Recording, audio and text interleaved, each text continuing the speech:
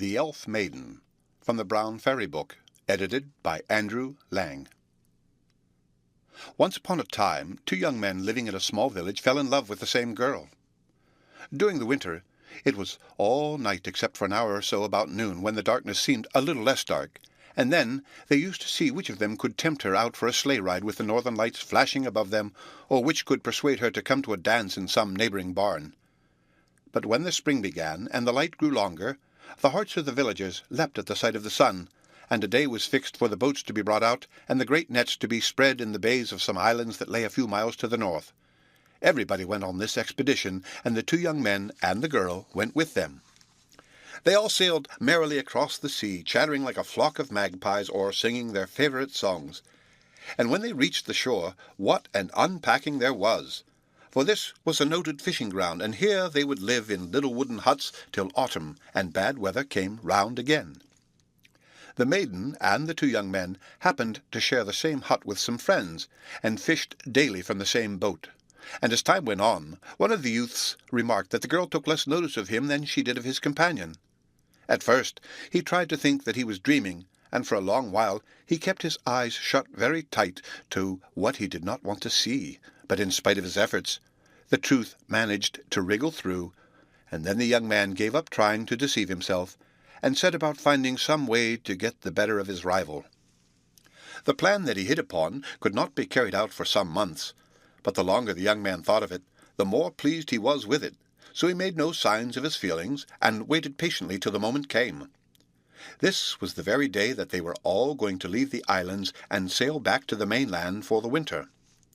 In the bustle and hurry of departure, the cunning fisherman contrived that their boat should be the last to put off, and when everything was ready, and the sails about to be set, he suddenly called out, "Oh dear, what shall I do? I have left my best knife behind in the hut. Run like a good fellow and get it for me, while I raise the anchor and loosen the tiller." Not thinking any harm, the youth jumped back on shore and made his way up the steep bank. At the door of the hut he stopped and looked back, then started and gazed in horror. The head of the boat stood out to sea, and he was left alone on the island. Yes, there was no doubt of it, he was quite alone, and he had nothing to help him except the knife which his comrade had purposely dropped on the ledge of the window. For some minutes he was too stunned by the treachery of his friend to think about anything at all, but after a while he shook himself awake, and determined that he would manage to keep alive somehow, if it were only to revenge himself. So he put the knife in his pocket, and went off to a part of the island which was not so bare as the rest, and had a small grove of trees. From one of these he cut himself a bow, which he strung with a piece of cord that had been left lying about the huts. When this was ready, the young man ran down to the shore and shot one or two sea-birds, which he plucked and cooked for supper. In this way the months slipped by, and Christmas came round again. The evening before, the youth went down to the rocks and into the copse, collecting all the driftwood the sea had washed up or the gale had blown down, and he piled it up in a great stack outside the door, so that he might not have to fetch any all the next day. As soon as his task was done, he paused and looked out towards the mainland, thinking of Christmas Eve last year and the merry dance they had had. The night was still and cold, and by the help of the northern lights he could almost see across to the opposite coast, when suddenly he noticed a boat which seemed steering straight for the island. At first he could hardly stand for joy. The chance of speaking to another man was so delightful. But as the boat drew near, there was something, he could not tell what, that was different from the boats which he had been used to all his life, and when it touched the shore, he saw that the people that filled it were beings of another world than ours. Then he hastily stepped behind the woodstack and waited for what might happen next. The strange folk, one by one, jumped onto the rocks, each bearing a load of something that they wanted. Among the women he remarked two young girls, more beautiful and better dressed than any of the rest, carrying between them two great baskets full of provisions. The young man peeped out cautiously to see what all this crowd could be doing inside the tiny hut, but in a moment he drew back again as the girls returned, and looked about as if they wanted to find out what sort of place the island was. Their sharp eyes soon discovered the form of a man crouching behind the bundles of sticks, and at first they felt a little frightened, and started as if they would run away. But the youth remained so still that they took courage and laughed gaily to each other. "What a strange creature! Let us try and see what he is made of," said one, and she stooped down and gave him a pinch. Now the young man had a pin sticking in the sleeve of his jacket, and the moment the girl's hand touched him, she pricked it so sharply that the blood came. The girl screamed so loudly that the people all ran out of their huts to see what was the matter. But directly they caught sight of the man, they turned and fled in the other direction, and picking up the goods they had brought with them, scampered as fast as they could down to the shore.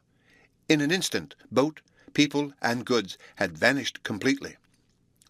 In their hurry they had, however, forgotten two things: a bundle of keys which lay on the table, and the girl whom the pin had pricked, and who now stood pale and helpless beside the wood stack. "You will have to make me your wife," she said at last, "for you have drawn my blood, and I belong to you." "Why not? I am quite willing," answered he. "But how do you suppose we can manage to live till summer comes round again?" "Don't be anxious about that," said the girl. "If you will only marry me, all will be well. I am very rich, and all my family are rich also." Then the young man gave her his promise to make her his wife. And the girl fulfilled her part of the bargain, and food was plentiful on the island all through the long winter months, though he never knew how it got there. And by it was spring once more, and time for the fisher folk to sail from the mainland. "Where are we to go now?" asked the girl one day when the sun seemed brighter and the wind softer than usual. "I do not care where I go," answered the young man. "What do you think?" The girl replied that she would like to go somewhere right at the other end of the island and build a house far away from the huts of the fishing folk. And he consented, and that very day they set off in search of a sheltered spot on the banks of a stream, so that it would be easy to get water.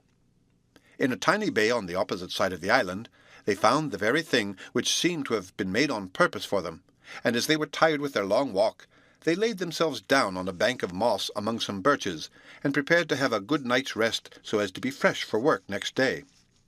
But before she went to sleep, the girl turned to her husband and said, "If in your dreams you fancy that you hear strange noises, be sure you do not stir or get up to see what it is." "Oh, it is not likely we shall hear any noises in such a quiet place," answered he, and fell sound asleep. Suddenly he was awakened by a great clatter about his ears, as if all the workmen in the world were sawing and hammering and building close to him. He was just going to spring up and go to see what it meant, when he luckily remembered his wife's words and lay still. But the time till morning seemed very long, and with the first ray of sun they both rose and pushed aside the branches of the birch trees. There, in the very place they had chosen, stood a beautiful house, doors and windows and everything all complete. "Now you must fix on a spot for your cow stalls," said the girl, when they had breakfasted off wild cherries, "and take care it is the proper size, neither too large nor too small." And the husband did as he was bid, though he wondered what use a cow-house could be, as they had no cows to put in it. But as he was a little afraid of his wife, who knew so much more than he asked no questions. This night also he was awakened by the same sounds as before, and in the morning they found, near the stream, the most beautiful cow-house that ever was seen, with stalls and milk pails and stools all complete, indeed everything that a cow-house could possibly want, except the cows. Then the girl bade him measure out the ground for a storehouse, and this, she said, might be as large as he pleased, and when the storehouse was ready, she proposed that they should set off to pay her parents a visit. The old people welcomed them heartily, and summoned their neighbors for many miles around to a great feast in their honor. In fact, for several weeks there was no work done on the farm at all, and at length the young man and his wife grew tired of so much play, and declared that they must return to their own home. But before they started on the journey, the wife whispered to her husband, "Take care to jump over the threshold as quick as you can, or it will be the worse for you." The young man listened to her words, and sprang over the threshold like an arrow from a bow, and it was well he did, for no sooner was he on the other side than his father-in-law threw a great hammer at him, which would have broken both his legs if it had only touched him. When they had gone some distance on the road home, the girl turned to her husband and said, "Till you step inside the house, be sure you do not look back, whatever you may see or hear." And the husband promised, and for a while all was still, and he thought no more about the matter till he noticed at last that the nearer he drew to the house, the louder grew the noise of the trampling of feet behind him. As he laid his hand upon the door, he thought he was safe, and turned to look. There, sure enough, was a vast herd of cattle which had been sent after him by his father-in-law when he found that his daughter had been cleverer than he. Half of the herd were already through the fence and cropping the grass on the banks of the stream, but half still remained outside and faded into nothing even as he watched them. However, enough cattle were left to make the young man rich, and he and his wife lived happily together, except that every now and then the girl vanished from his sight and never told him where she had been. For a long time he kept silence about it, but one day, when he had been complaining of her absence, she said to him, "Dear husband, I am bound to go even against my will, and there is only one way to stop me. Drive a nail into the threshold, and then I can never pass in or out." And so he did. The end.